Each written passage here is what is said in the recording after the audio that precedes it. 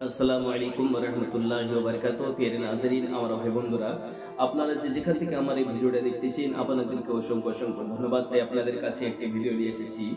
যদি আপনি এই স্বপ্ন যোগে সাপ দেখতে পান, যেমন হয়তো অনেক মানুষ এই সাপ দেখতে পায়, রাত্রিবেলা দেখা গেল যে ঘুমের মাধ্যমে আপনি সাপ দেখতে পাচ্ছেন, সে সাপ হয়তো আপনাকে কাটতে আসছে বা সে সাপ আপনাকে দেখে হয়তো ভয়ে ভাগছে, সেই সময় আপনি বড় চিন্তায় পড়ে গেছেন, আরে আমি সাপের স্বপ্নটা দেখলাম, কেন দেখলাম? সে সাপ আমাকে ঘা করতে আসে, কি কারণ? একটা কোনো মৌলানাকে বা যিনারা আমলিয়াতের কাজ করেন, যিনারা আমল করেন, তিনাদেরকে হয়তো আপনি জিজ্ঞাসা করবেন। বন্ধু আমার, বাবারা, ভাইরা, জিজ্ঞাসা করতে হবে না। আশা করি এই ভিডিওটা যদি আপনি শেষ পর্যন্ত দেখেন, আশা করি আপনি বুঝতে পারবেন যে সে সাপ যদি আপনি নিজের বাড়িতে দেখেন বা আপনার বাইরে দেখেন কি হবে, নিজের বাড়িতে দেখলে কি হবে এবং বাইরে দেখলে কি হবে, সে সাপ আপনাকে ঘা করেছে বা আপনাকে কাটতে আসছে, কাটতে গেলে কি হবে এবং সে সাপ আপনাকে দেখে যদি ভয় ভেগে যায় তো কি হবে।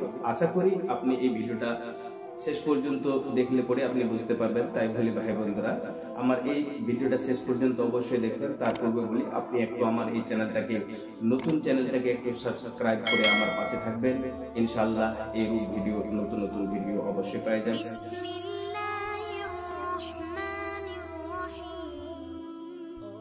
প্রিয় নাজরিন, আমার ভাই বন্ধুরা, যদি এই রূপ দেখতে পান যে আপনাকে সাপ কাটতে আসে বা ঘা করতে আসে, আপনি এমন জায়গাতে গেছেন, হয়তো বাইরে গেছেন, সে সাপ আপনার পিছু নিয়েছে, আপনাকে কাটবে বলে মনে করে, আপনি সেই সময় বড় টেনশনে পড়ে গেছেন, আরে আমাকে সাপ তো কেটে নেবে, আপনি ভয়ে ভাগছেন।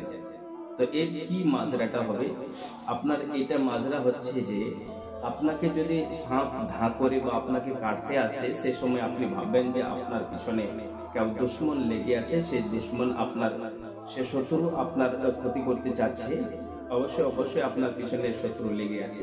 আর যদি সে সাপ আপনাকে দেখে ভয়ে ভাগে, আপনি ভেবে নেবেন যে শত্রু আপনাকে দেখে ভাগছে বা আপনার পরে ঘা করতে পারবে না, আপনাকে দেখে দেখে ভয়ে ভাগছে। এখন দেখা যায় যদি দেখতে পান যে আপনি নিজের বাড়িতে সে সাপ দেখতে পেলেন, ভেবে নেবেন যে বাড়িরই শত্রু আপনার পিছনে লেগে আছে। আর যদি দেখতে পান যে কোনো বন জঙ্গলে বা পাহাড়ে বা কোনো অন্য জায়গাতে দেখতে পেয়েছেন, আপনি ভেবে নেবেন যে আমার বাইরেকার শত্রু আছে।